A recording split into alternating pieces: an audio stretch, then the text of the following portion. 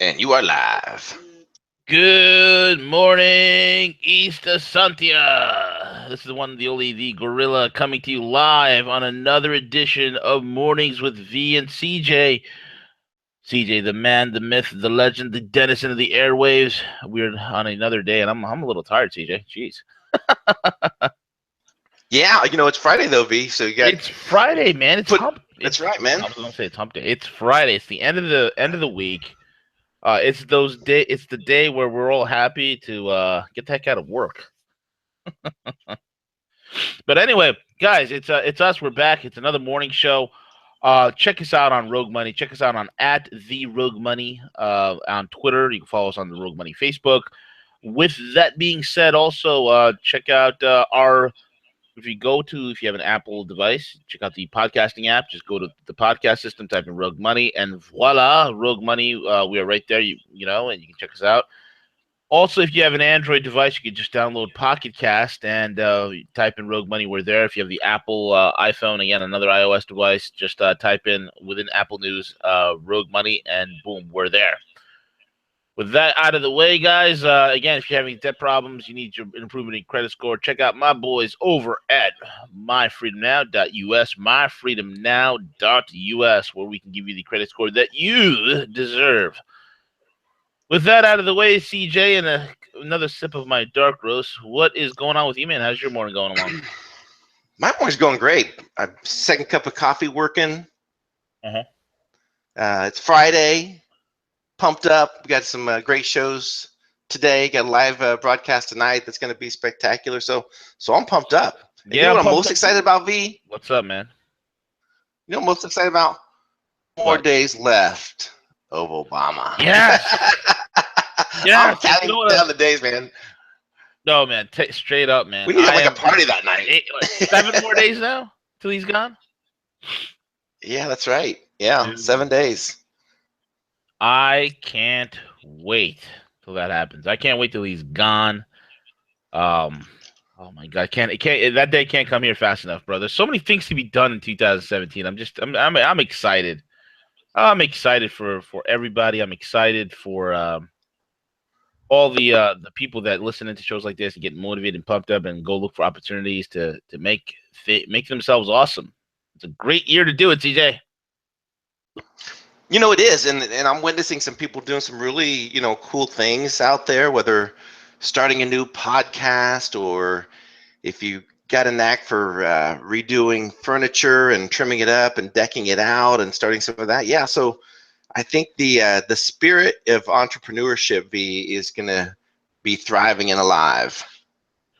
Oh man, it's going to be awesome, and I think it's going to be a new boom. It's going to be a renaissance. I'm looking forward to it, man. I'm absolutely excited for it. I can't wait. And last night, I don't know if you noticed this or not, but Nintendo revealed their new Switch. Did you see the reveal on that, man? I saw the link and I was occupied. I was real tempted to leave what I was doing, but I was working V, so I was like, I better Dude, not, because once I start, yeah, bro. I was right before I went to bed last night. I don't even know what time it was, like 1, 2 in the morning, and I just saw the thing flat. I'm like, oh crap! It was today the unveiling. I checked it out, man. I'm like, ooh, I am tempted to pre-order.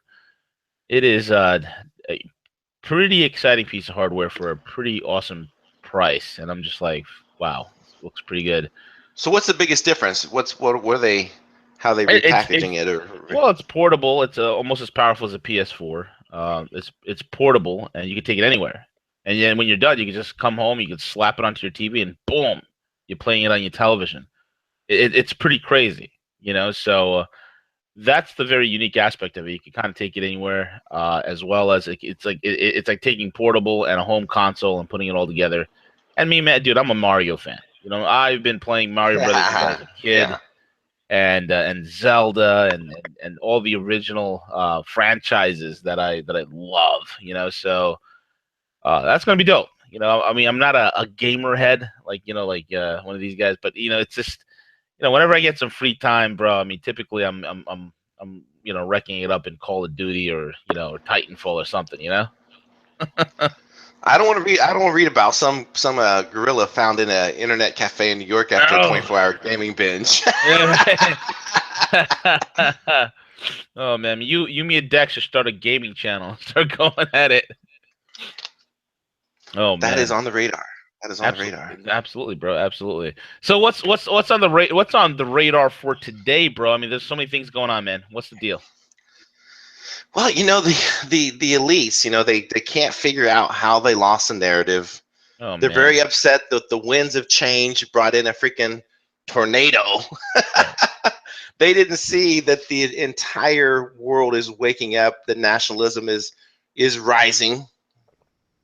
Right. And yeah, so the elite Davos group have a meeting coming up. So that'll be interesting to see what comes of that. You know, this is about as relevant as last week when we had the top economists in the world meeting in Chicago.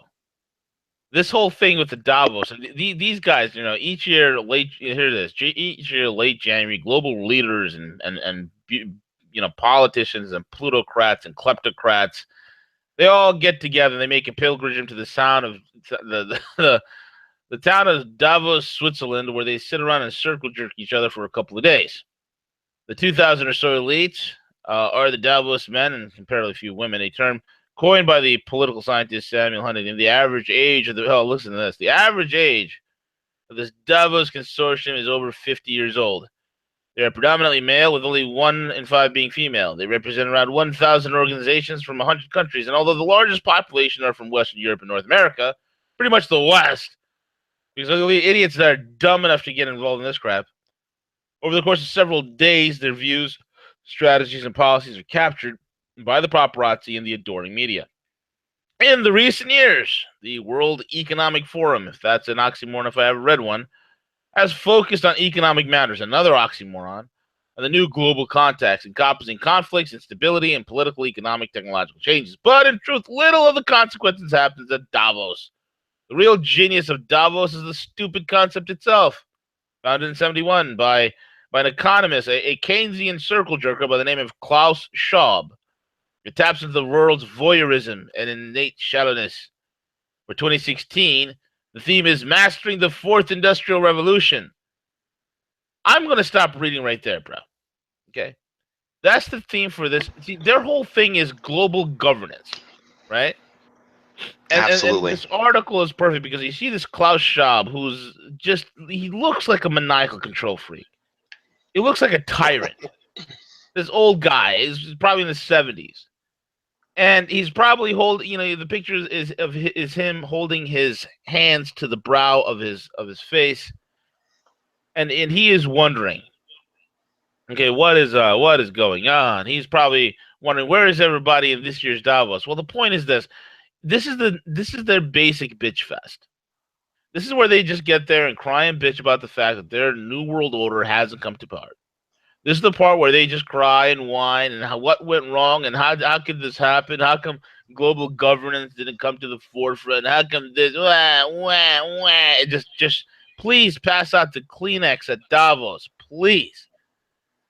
This is what's going on. These guys are obso elites. They are pushing a defunct and obsolete idea as global government, CJ, and a decentralizing world. Explain that one to me, bro. It's crazy. It is crazy. I don't mind wealthy people. You earned it. You worked hard. You earned your wealth. I'm all for that, right? But Yeah. why do these 1%, not 1%, the 0.03% wealth feel that they have a more obligation to feel that they can impact societies and change societies? Jesus, I mean, man, that yeah, just absurd, right? I mean, come on. yeah, it's Are we not a free will and free people? right, And right. then if you look at their talent, what's happened? They've pretty much have destroyed a lot of the economies around the globe. Oh man, I mean that's all these guys do. Okay, they destroy all sorts of economies throughout the world. Um, they've done everything they in their power to create massive amounts of issues, you know, throughout the world. And you know, my point is this, man. It's you know, I am absolutely dumbfounded at the unending, ceaseless hubris, bro. Ceaseless hubris. And it's like you and I both know, like, the U.S. the aristocracy in the United States, and they're in panic. They're in panic. And yesterday, man, you sent me a clip from RT. Like, what's up with that? I mean, because we're gonna jump right from the whole Davos thing, because I think this is linked in. Okay, this is the desperate, the butthurt global government guys meeting in Davos, crying and weeping over each other. Passing the Kleenex. The previous week, you had the butthurt economists, the Keynesians, that were meeting together, and panicking. And then last night, bro, we had an event in Syria. What happened in Syria for the listeners, man, so they understand what the heck's going on? Yeah. Roger that. So last night, Israel decided to bomb an airport in Damascus in Syria. Yeah. And this just came out of nowhere. Apparently, there was a little few scuttles across, but last night, Syrian state agency was reporting that Israeli jets bombed the Meza military airport west of Damascus, accusing Tel Aviv of supporting terrorism. The airport was rocked by multiple explosions, with ambulances rushing to the scene. Now, they're not reporting specifically how many were killed in this feed, but like I messaged you last night, I was like, where did this come from? How does this make sense? Why would Israel do this? But yeah, I mean, so this happened last night, and Syria is not going to take it laying down. They're promising to retaliate for this bombing. Yeah, this is the most dumbest thing in the world. And again, I don't know, if this was actually an Israeli jet. I don't know if this was rogue elements within the Israeli Air Force. I don't know. We don't know if this whole thing was a false flag. Okay, to blame Israel, because Israel's been damn really quiet. Look, Israel's not perfect. And I'm not saying that that they're blameless here. But we don't know, and the quick knee-jerk reaction, what the hell, look at these crazy Israelis. But hold on. What if it wasn't the crazy Israelis? Because Israel's been pretty darn quiet. There's been a lot of rhetoric, okay? Between, and a lot of rhetoric between Netanyahu, and Putin. And the last several months, here's what's weird about this, CJ. You and I have both been tracking this. Last several months, Israel seems like it's like quietly realigning itself with the whole Sino-Russian tilt. The whole entire Sino-Russian, the Chinese-Russian balance of power in the Middle East. And now this occurs, that doesn't make quite sense, man. Yeah, you see that pivot, and then you see what let's just face it, the UN is the US, right? I mean, we pretty much dictate their actions, regarding what transpired with the East Bank, with the UN resolution. And then this comes out of nowhere, just kind of leads me to believe, are they trying to create a new hotspot with Israel and Syria? It just doesn't make sense as to the timing of it. They just signed an agreement, and now you wonder, Russia's take on this, or are they smart enough to understand that, hey, before anything happens, we really need to get a better understanding of how and why this happened. Yeah, and the whole thing also is they hit an air base that's off the coast of off the side of Damascus, where the S-300, S-400s were not deployed. So for them to do this strike again, if the Russians have moved an S-300, S-400 into that area, they're not flying anything in there. They're not. You're not flying. You're not flying a paper airplane in that area, because that's how vaunted that air defense system is. It's the best there is in the world. So this is quite interesting, because we've known that the S-300, S-400 batteries were in the northern parts of Syria. They were outside Damascus. Nobody was expecting. See, if you look at the S-300, S-400 layouts of where they put it in Syria, they put it along the north, where all the heat of the battle was, with Aleppo, this, that, and the other, because there's a lot of crap going on over there. That's where the coalition fighters are flying in from, the Turkish Air Force are flying in from. And so they left it there. Nobody was expecting a hit from the south into Damascus off to the side from Israel because, again, Israel was quiet for a couple of months. So why did this happen? Is this actually Israel? Is it a false flag? Is it a rogue element?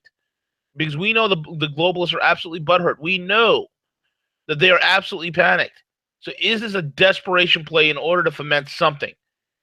We could only speculate at this time. We could only speculate from our angle. But I'm sure Putin has the real intel. And his response is going to be incredibly measured. He is playing a multipolar, multi-sided chess game with all these globalists, and he's kicking the crap out of them. And these guys, these globalists, it's funny if you notice, these globalists have 7 days left before their world is turned upside down. There's a lot of rhetoric out there, CJ, that there's the assassination attempt on Trump, this, that, and the other. All the stuff that's going out there, they are really ratcheting up the rhetoric. They're desperate because their world view is about to end, man. Yeah, their worldview and some accountability is coming too. Yeah. Netanyahu recently had been, undermined, quite a bit by the U.S.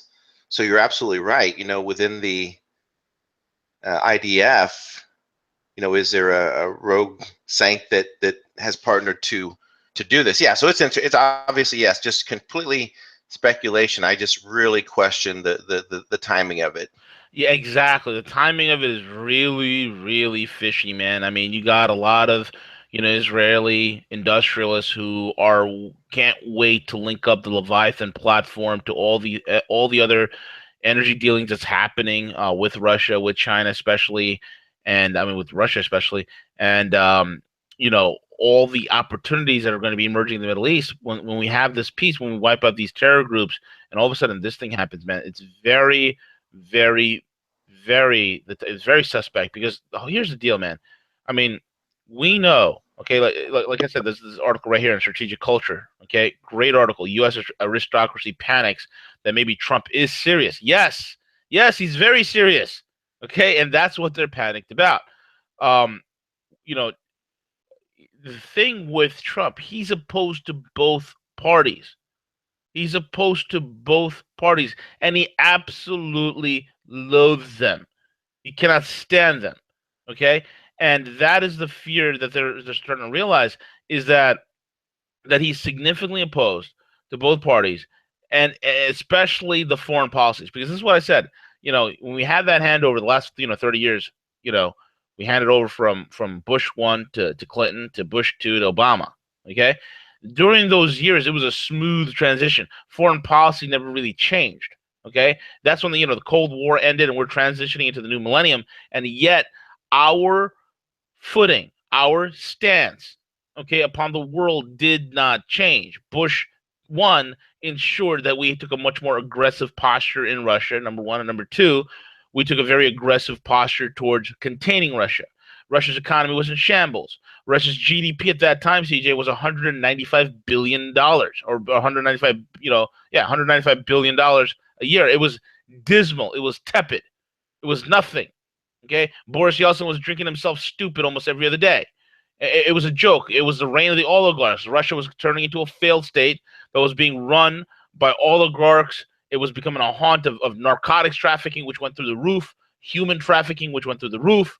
It was child trafficking. All the things, all the evil things that were happening was happening in Russia because of Western influence. And all of a sudden, the oligarchs got together and said, "Hey, you know what? We need to get a figurehead to run this because Boris Yeltsin is he's on his way out." And they thought they were getting a timid KGB general, who played them all like fools. I'm sorry, a KGB colonel, and they chose Vladimir Vladimirovich Putin. Okay, and Comrade Putin came in, oh lowly, shy little Putin, and he crushed all of them. And in the 13, 14 years since Putin, Russian GDP went from 195 billion to 2.3 trillion. It went having a The average Russian pension, I believe, at that time was 500 rubles per month. Now it's 10,000 rubles per month. Russian income went from 1,500 rubles a month to 20 or 30, almost 30,000 rubles per month. Their debt, which was almost at 80% of GDP, he brought it down to less than 8% GDP. These are monumental changes. And he is, if when people look back at the rise of nationalism globally, when the history books are written, CJ, people are going to be talking about Trump, this, that, and the other. The main man, I got to give credit to where credit's due. The main man that kicked out the Rothschilds, that kicked out the Rockefellers, that got the party started was none other than Vladimir Putin, bro. Oh, absolutely. Absolutely. You nailed it. That's entirely true. And then part of the reason why they're fighting so hard, V, is that, they've been able to control U.S. policy, for so long, not only U.S. policy, but globally. And now you're seeing where that entire global U.S. influence has changed. It's not there anymore. Yeah. You not only do you see it economically, you see it, geopolitically, and the strategy that's being involved with China and Russia as they continue to help develop other countries, as they develop the infrastructure, their banking. V, I want to give a really quick update in regards to the airstrikes. Mm-hmm. And apparently they were, this is reported from Russia Insider, just did a quick search on it. Oh, cool. It states the most interesting aspect of the strike, however, is how it was conducted. Huh. Instead of bombing the military airfield from the air, Israel launched surface-to-surface missiles against it. Israel so it wasn't hit from the air by aircraft. Right. This way, okay. Just in case there was some S-300s or 400s in the area, okay. Israel may very well have decided to carry out the attack in this manner because of anti-aircraft systems Russia had deployed in Syria, which you talked about. Syrian news agency reported the strike caused no deaths or injuries. Israel, per its policy, refused to confirm if it had carried out the strike. So so again, going back to this whole narrative, okay, what really happened here? Exactly. Like what really happened? Like, what is going on? Unreal, man. Unreal. Which brings us to, I mean, geez, man, they really are getting desperate, bro. They want to start something. Which coincides also with all the saber rattling that's been happening, right? It is. So now you look at the dangerous game that the United States is playing in Poland. Yeah. Where for, not since World War II, we have put enough troops and weapons there in Poland, which is, a direct threat to Russia. I mean, they're not going to get intimidated by this. They're not going to act, but here we go with the saber rattling. So we're putting this mass amount of weapons and now troops there on close to Russia's border. So what's the end game here, folks? What are you hoping for? That they're going to launch a first strike? Is that what they truly want? And this is all backed by Obama and NATO. It's disgusting, man. This is some serious posturing. This is some serious saber rattling, and you know what the whole thing is? This is like you're playing chicken. It's like a chicken playing chicken against a bear. It's a chicken playing chicken it's like a chicken is over there. He's like poking this huge ferocious grizzly bear. And and I'm looking at the images here. Okay, let's take a look at the U.S. is moving heavy equipment into the area. Okay, I'm taking a look at this heavy equipment. First of all, we have hundreds upon hundreds of up-armored Humvees, which are absolutely useless. We have the M1A2 main battle tank, which, as we've seen, used by the Saudis against Houthi rebels who utilize Russian Kornet missiles, CJ.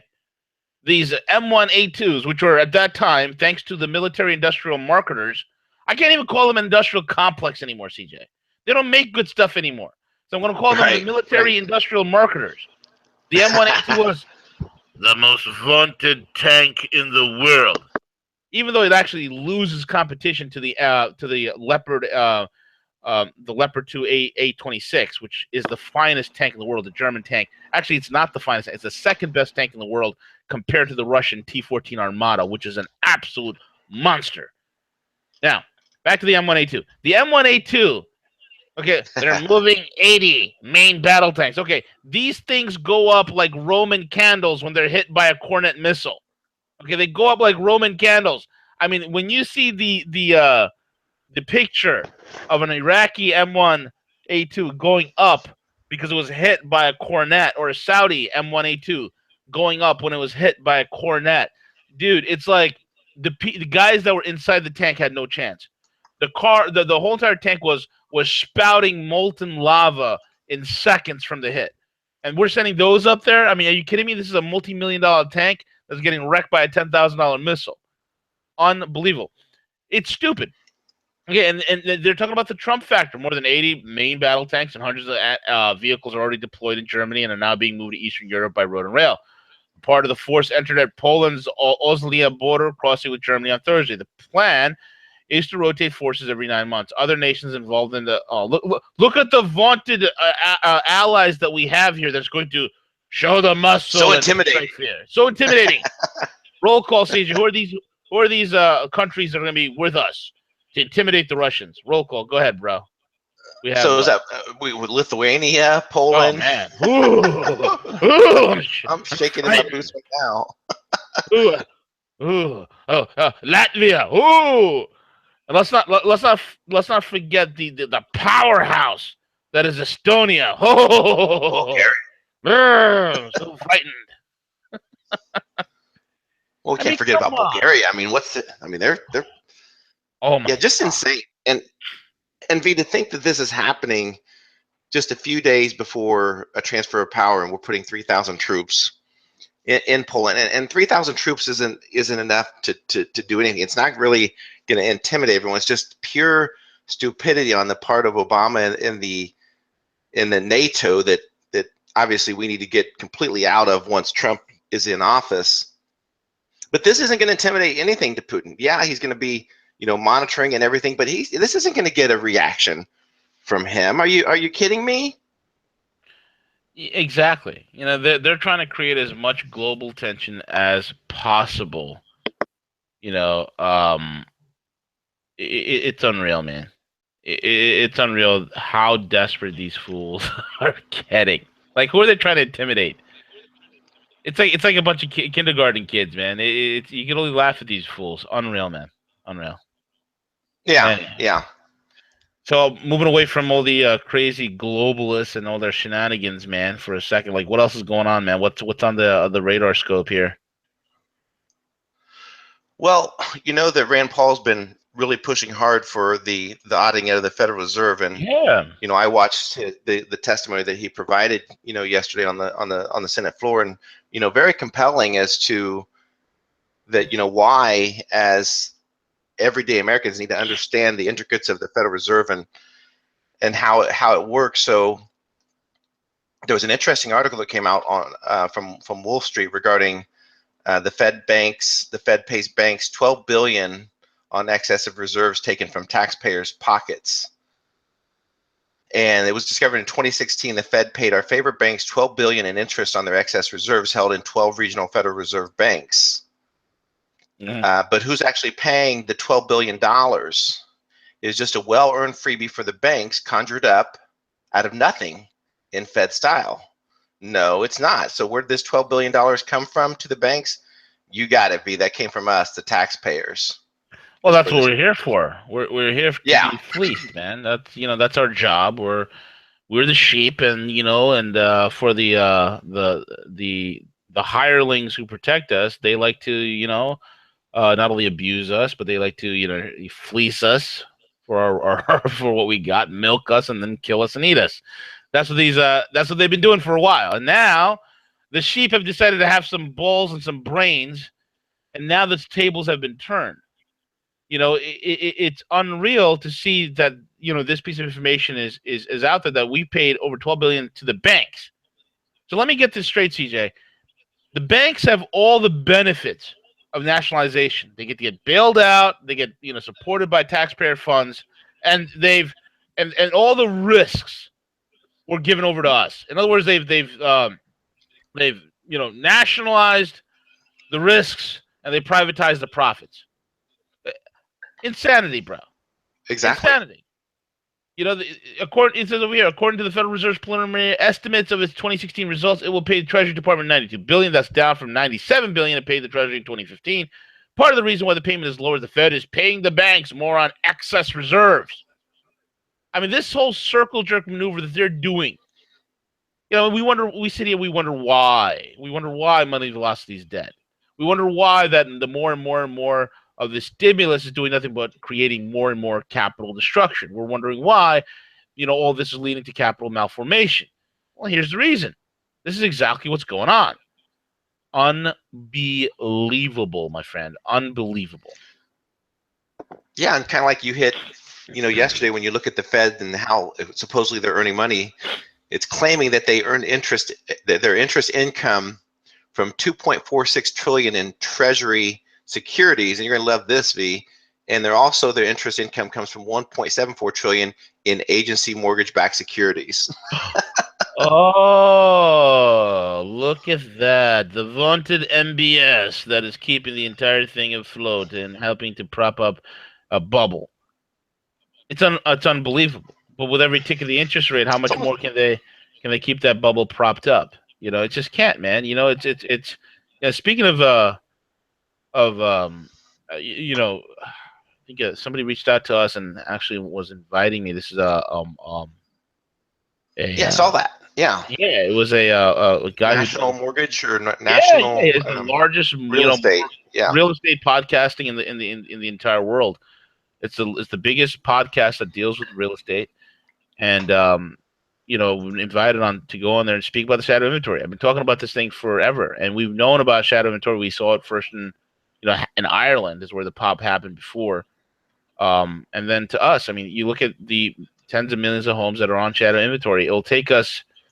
My God, if it will take us, when you look at our population, I think the math that was done, and I forgot which institution did the math or which firm did the math, but if you do the math, I think it averaged out to about 300 years it would take. If we sold X amount of houses per week, it would take us 300 years to fill those houses based on current population trends in the United States. I mean, that's how many houses they have out there. I mean, you see how vital it is. Dude, I mean, here's what kills me, man. I don't know if you saw this meme or not, but there was a meme out there where Trump is sitting with I think Jimmy Fallon or one of these late night talk show guys, and the meme says, "Yeah, I'm going to get rid of your Obama phones and switch it with an alarm clock." That is classic. Yeah, instant class. I did not see, but you need to put that out there. That is hilarious. Yeah, that meme.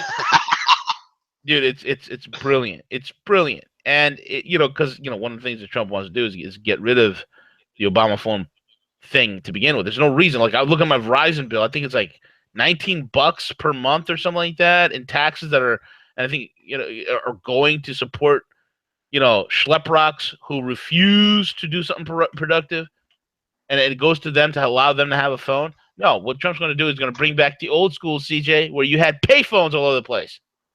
That's right. You don't need about here to pay. Boom, do that. And that's what he wants to build. It's brilliant, brilliant maneuver. Okay, and that's a great way to curtail waste. Obama phones. I mean, you got to be kidding me. How about getting rid of it's absolutely right, that meme. How about get rid of your Obama phones and give you some alarm clocks? Imagine you got a productive society where everybody's working, and then if everybody's working, man, there's no reason with the amount of homes we have in shadow inventory. There's no reason why anybody should be homeless. There's no reason for it. I mean, all this stuff was built out. The guys who were involved, the banks who were involved in funding it and building it out and putting all the money into this housing bubble, the real players, they've already been paid out 10 times over. They've already been paid out 10 times over, man. Anyway.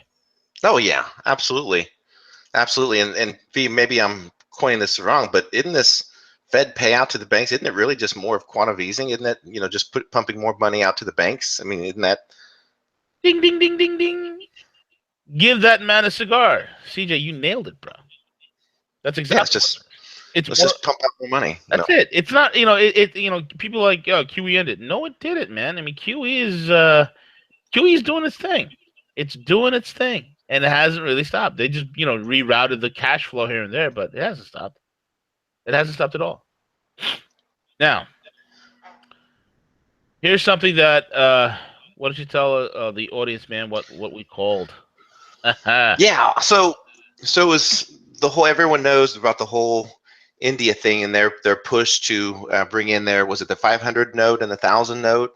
Yeah. That they wanted to supposedly bring this in, and they're going to issue new ones that, by the way, had over 9 printing mistakes that could lead to counterfeiting, and that's what they were supposedly fighting against. But that's a whole other story. But interesting enough, an article has came out from a German financial journalist, Norbert Herring, Yeah. who has came out to state that in early November, without warning, the Indian government declared the 2 largest denomination bills invalid, abolishing over 80% of the circulating cash, which we know about. Mm-hmm. Well, a little hidden secret is that U.S. President Barack Obama has declared his strategic partnership with India a priority of his foreign policy, and he declared that China needs to be reined in. In the context of this partnership, the U.S. government's agency, USAID, has negotiated cooperation agreements with the Indian Ministry of Finance. One of these has the declared goal to push back the use of cash in favor of digital payments to India and globally. So boom, there it is. Unreal, man. The look, this guy Modi came into office in India as a new prime minister. Um, you know, this guy's really turned into a demagogue. There's some angles here. This is the stupid political act. The worst thing, and the Indians have been, members of the non-aligned countries, countries that never chose a side during the Cold War. And if they go full on, and again, this is how it is, and with 7 days left of globalist rule, this is a stupid maneuver. If they think they're going to rein in China, and I don't know, regionally, the Chinese and the Indians have always been rivals. I get it. But if they think they're going to rein in China on this, they got another reality check coming to them. Okay, this whole disaster that has been done with, that's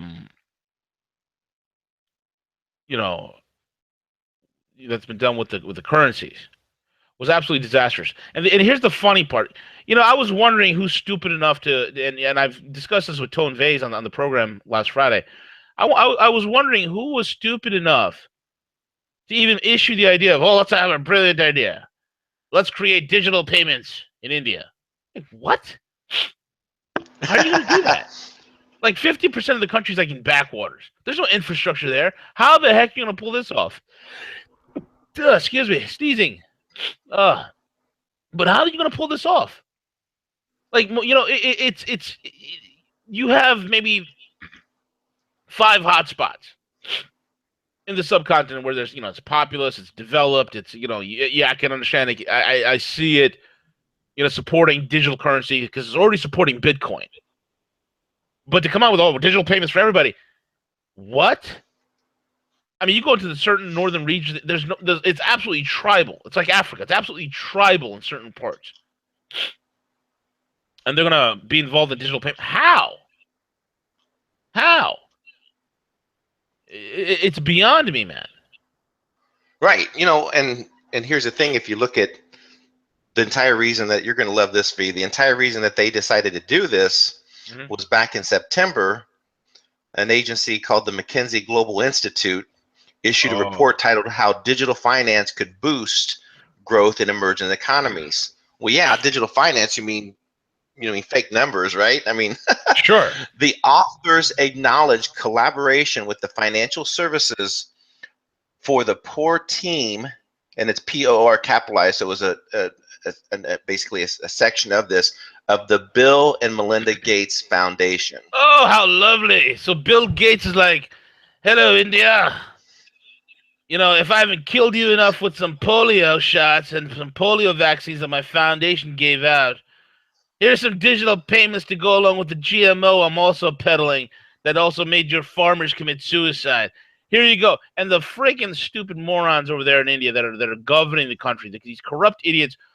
I mean, dude, I'm telling you right now, you get caught with murder in a country like that, you pay the right person, you're getting away scot free. I kid you, shit you not. Okay, and the thing is this: these, this is why, guys, America's unique. This is why we're special. When you look at a nation like India, where it is the quote unquote, believe it or not, it is the birthplace of democracy. Democracy was first invented there. Then it was taken over to the Greeks and then perfected in the West. And we are the jewel in the crown, the United States. We are a constitutional republic. That is a jewel in the crown concept. Never, ever been done before in human history. The beauty of us versus the nation that actually invented democracy, the beauty of us is this. We have a concept of true liberty and true freedom. That is what it is. People like those that are living in the subcontinent of India, they don't fight back against tyranny. More often than not, what do? They just simply go along with it because they accept it as being life. It's just one of those weird things. It's like, I got friends of mine who are German. It's just, they just follow rules. Once a rule's a rule, it's a rule, right? It's just, they can't, with us, it's our maverick spirit. It's our independent drive that makes us awesome. And I'm thankful to God that in 2016, guys, we got our balls back. We got our chutzpah back. And I say balls, I mean like courage. I don't care if you're a man or a woman, you can still have balls. I know a lot of ballsy women. Okay, so it's absolutely. You know what I'm saying? There are women out there who have more balls than men. Okay, so don't be offended by my term of saying balls. But that's the whole point. It's we have that swagger. We have that swag that no other country in the world has. I mean, the only other country that probably matches us in that swag, believe it or not, is probably the Russians. They got that same swag. Okay, they've been through the shitter, and now they're out of it. Now they've rediscovered who they are. Right? So, that's the thing. But upon the face of the earth, we are very unique. So look at this. This is a country that invented the democracy, and here they are taking. Okay, this was so stupid. The Bill and Melinda Gates Foundation has led to the deaths of thousands of Indians, to the point where certain states in India were suing the Bill and Melinda Gates Foundation for all the complications with the vaccine. Secondly, Monsanto. Yep. Indian government pushed back against Monsanto years ago. The old government, before Modi came in, pushed back against Monsanto, banned them from ever coming in. We had tens of thousands of farmers that were committing suicide because they couldn't plant next year's crop because they didn't have the money to Monsanto, who sold them the first round of seeds for dirt cheap, and the second round they raised up the price to the point where the farmers couldn't afford it. Okay?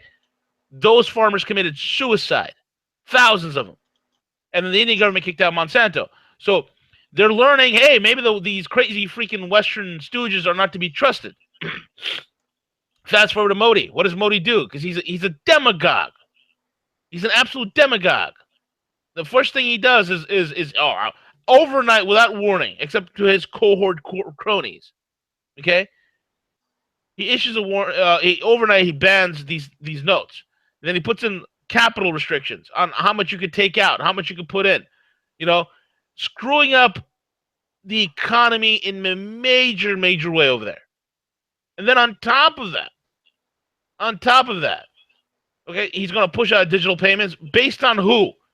The McKinsey Global Institute, the Bill Melinda, none of whom live in the country, none of whom don't know customs, how people. That is a cash-based economy. This is the stupidity of it. This is a country where, my God, I mean, they had public policies to urge people not to, use the bathroom out in the public, but to actually go to find a toilet. They're one of their biggest infrastructure initiatives in many parts of northern India and whatnot. Were building toilets in public places. You're gonna tell me, dude? I've traveled to certain parts of Southeast Asia. Okay, I mean, you go from beautiful first world cities to oh my God, this guy's taking a dump in the corner in the woods. Like, what the F? Okay, you go to train stations, you see people just standing on the line on the side just urinating. And they're pushing out digital payments on. I mean, get the hell out of here. I mean, that's the hubris, CJ. That's the hubris. It's just not going to work, man. No, it's not gonna work. And their whole promise, oh, this is gonna boost your GDP by 10%, right? Come on, Jeez. give me a break. Moving to digital currencies, and here's the thing, V, exactly how you said that the technology that most of the people in India do not have, bank accounts. Yes, digital currency in terms of, that we're not talking about Bitcoin, things like that. We're talking about being able to manipulate the numbers, right? We're talking about being able to electronically easily manipulate the banking system there in India by bringing that cash in. It did absolutely nothing to help those folks there. It created a lot of hardship. There's been videos posted that there for a while that there was the banks, that was run on the banks. ATM withdrawals were limited to to $200 a day. I mean, Yeah. these globalists and their ideas of managing the world, they just need to stay the heck out. Yeah, My gosh. 1,000%. 1,000%. I knew they were going to do whatever they can to take out the BRICS. I knew the Westerners were going to do something. I knew what the targets were. I knew Brazil was a major target. And they've taken out Dilma Rousseff and they put in Michael Temer, who was an absolute shill for the CIA, the Cocaine Import Agency. We'll see what happens to Temer after Trump gets in.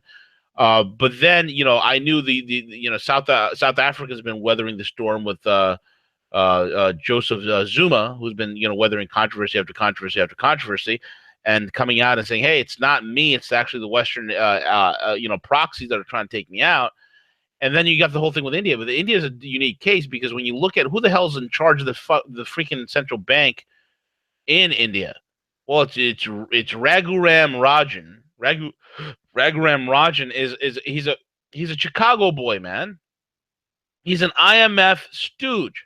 Okay, and here's the thing: this guy's been in the helm of the Reserve Bank of India since September 2013. From 2003 to 2006, he's been the chief economist of the IMF in Washington. Okay, he's a member of the Group of 30, which is a rather very shady and dubious organization where high-ranking representatives of world major commercial financial institutions share their thoughts and plans with presidents of the most important central banks behind closed doors with no minutes taken. It becomes increasingly clear that the Group of 30 is one of the major coordination centers of the worldwide war on cash. Its membership includes other key warriors like Rogoff, Larry Summers, and others. Raghuram Rajan has ample reason to expect to climb further to the highest rungs of the international finance, and thus had good reason to play Washington's game well. He already was a president of the American Finance Association, so already he's a stooge. He's an Atlanticist stooge who's there to lick the boots of the Anglo-American banking structure. Okay, he won the handsomely endowed prizes of Infosys for economic research and of Deutsche Bank. Oh, there's a good prize to be had for financial economics, as well as the Financial Times Goldman Sachs Prize for the best economics book. Oh, he won the Financial Times Goldman Sachs Prize for the best economic book. He was declared Indian of the Year by NASCOM and Central Banker of the Year by Euromoney and The Banker. He is considered a possible successor to Christine Lagarde. Ah, look at this. He's a successor to the giraffe-necked woman at the helm of the IMF, but can certainly also expect to be considered for other top jobs in international. So he's a bootlicker. He's a Keynesian bootlicker. I would like to call him a neo-Keynesian bootlicker because these modern Keynesians are not really like John Keynes to the fullest extent. But anyway, a Keynesian bootlicker nonetheless. And this is the guy who thought in his brilliant mind, digital currencies. How like you have to be this educated to be this stupid. You have to be this educated to be this stupid. It's unbelievable, CJ. It is. It just gives you a little bit of insight into the entire, global perspective of their view on the world and, the influence. It's just craziness. And they're going to contain China. Meanwhile, what's China doing with the South China Sea, bro? They're going to contain. Oh wow, wow, right? I mean, it's just amazing the infrastructure, the development that's happening. Yep. So Beijing is finishing up the actual development of the creation of the control infrastructures in the South China Sea, which you've been talking about this for at least what 2 or 3 years now, right? Mm-hmm. At Yep. least. At least. So this, yeah. So they're finishing this up, and it's well on the way. The military, the Chinese military, with the techniques that they're using. Yeah. This is just amazing development that's going to change a lot of things there for the entire South China Sea. Vietnam, the Philippines. There's a reason why in terms of the pivot that you're seeing there away from the United States. So you want to break this out for us, V? Yeah, absolutely, man. The whole thing with the South China Sea and why the South China Sea is so damn important is this. Okay. You have the Strait of Malacca. Okay, the Strait of Malacca is basically the little strait that's between Singapore, Malaysia, Indonesia, and whatnot. And the Strait of Malacca is where the majority of China's energy is flowing through. Now, China's doing whatever they can to build a land bridge, which is the New Silk Road. And so, but the Strait of Malacca is something that can easily be shut off because of the U.S. naval involvement. China goes out, starts building 6 islands. The Atlantists get their panties in a bunch, start accusing them of aggressive expansion. Aggressive expansion. Okay, we can put military equipment 30 miles from the border of Russia, and we call it military exercise. China goes ahead and develops 6 islands that are historically theirs since 640 A.D. Theirs, and all of a sudden it's aggressive expansion. Okay, whatever. So the Chinese, their whole islands. Okay, why they have been building up these islands is to ensure that the free flow of energy continues to go to their nation without any hindrance from the U.S. That's a great strategy to follow. And to put some teeth into it, the infrastructure they built up, CJ, okay, they have basically built up a military strategy and weapon systems that's designed to take out a U.S. carrier, a U.S. carrier battle group. Okay, they have stuff out there that's designed to intercept F-18 Hornets. Okay, they have the infrastructure out there to create the anti-radar missiles that, if they were being jammed, it can hone in on the U.S. military equipment and U.S. naval warships. These are the things that are out there, and you know what? They're done. They're just about done finishing this, and this is what the U.S. was considered. The chicken hawks that were in the Atlanticists, the globalist cadre, were completely worried about, because now it's done. You're not going to challenge them in the South China Seas no more. If you try to, it'll be a big ugly mess, because now they have airfields there. They have some pretty advanced aircraft over there. They have a lot of things in play to help deter any sort of invader. So they've locked up that area, so they can just relax and chill. So this whole containment thing of trying to get India to get on board with this whole entire thing of what they're trying to do to contain China is going to backfire. It's going to severely backfire. So it's interesting because India is split. Even though the politicians are licking the boots of the U.S. right now, the old military guys, the old industrialists, still have a very close tie with Moscow as well as Beijing. So let's see how this plays out, especially into the new era under a Trump administration, bro. Absolutely. And the BRICS, they've been opening up to Trump, specifically stating, hey, you know what, come aboard, come join with the rest of the BRICS. And so it's a very exciting time, V. Very, very exciting time to watch this unfold. And we do need to become part of that. We have to get out of our shell, if you will, of our TPP and TTIP, whatever the initials are. But those are done. I mean, they're dead on arrival. So yeah, absolutely. So what's going on with the UN letting child abusers and molesters go free? What is this I hear?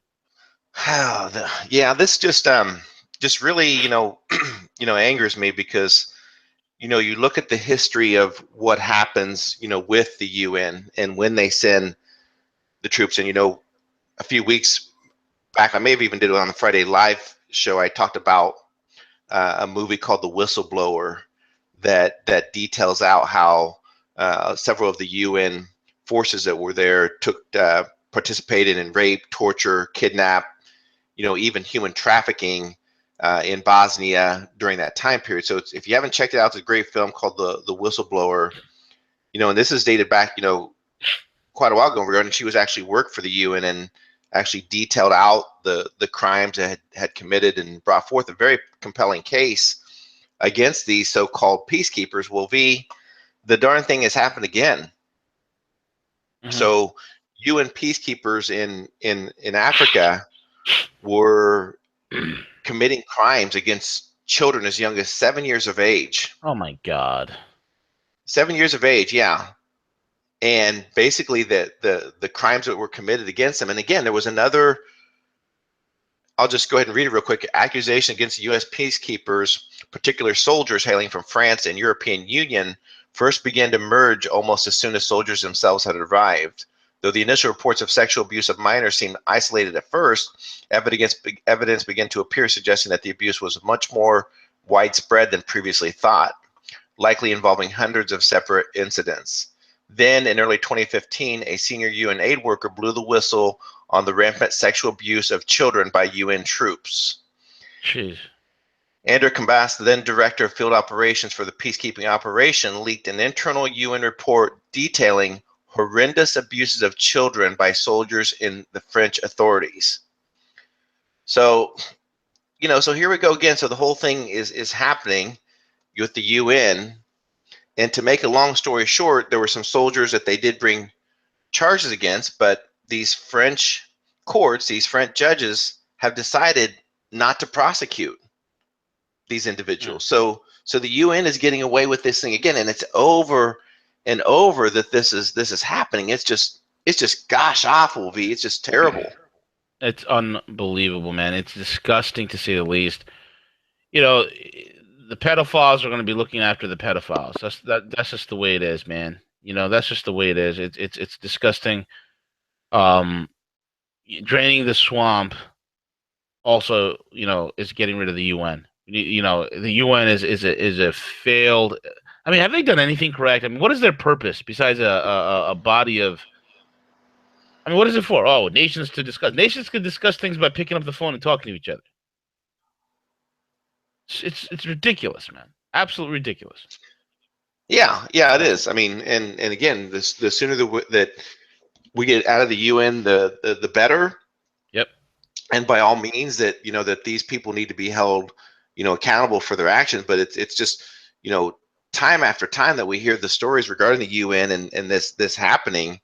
And yeah, so hopefully, again, getting back to a new administration, a new focus, and I'm sure that DT is aware of these things. Yeah. And of these crimes, and times are changing. V, I don't want to end the show on a bad note, but yeah, it's a great time. That these things are going to be real, and these people are going to be prosecuted. I'm very confident of that. Absolutely, man. And Obama's last thing that he's doing right now, what's that all about, bro? I mean, he's him in Cuba. What's going on over there? Yeah, so so he's not showing any love, for the Cubans anymore. Maybe it has to be with their whole pivot with the amount of imports and everything that they just signed up for. So yeah, so Obama yesterday ended the visa-free path to freedom for the Cubans. They used to have a policy that if you made it to the United States, no matter how you did it, you made it across here, we were going to give you asylum, and we were going to give you the paperwork to stay in the country. But he ended that. It was a long-standing immigration policy that allowed any Cuban who makes it to U.S. soil to stay and become a legal resident. The repeal of wet foot, dry foot policy is effective immediately. The decision follows months of negotiations focused in part of Cuba to agree to take back people who had arrived in the U.S. So, and again, as much as they're saying, hey, Trump's wanted to build a wall and they're slamming it, for this, and then you look at this policy that Obama just ended. Do you think the MSM are going to cover this? How much do you think they're going to share this? It doesn't fit their narrative, V. No, it really doesn't whatsoever, man. This guy's administration has no clue. I mean, what did he do? Like, I'm looking back at his legacy. I think his legacy, besides destroying race relations, wrecking the economy, making school lunches absolutely inevitable. All right, inedible. Absolutely, like oh yeah, alienating the police. What else is this? Oh, setting the Middle East on fire. Yeah, yeah. What is this guy's legacy? Please, somebody tell me. It's oh yeah, we're gonna give you a visa program. No, we're not gonna give you a visa program. Like what a disastrous form. Good riddance, Barry. Dude, we're gonna have a party. I am uncorking the champagne at the Rogue Money offices.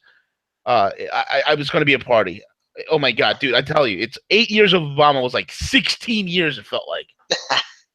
Oh, Yeah, and it's coming to an end. And you're right. There is no legacy. exactly. There is no legacy at all for this failed administration. Absolutely. And we're at the end of the show, my man. Would you give your plugs in and Already? Oh wow, yeah, yeah. it's unreal. All right, cool. Yeah, yeah. Thank all of our listeners for being here. Do me a favor before you sign out. Hit the thumbs up button. Give us a like. Show us some love. We appreciate it. Today is Friday, so make it a great day.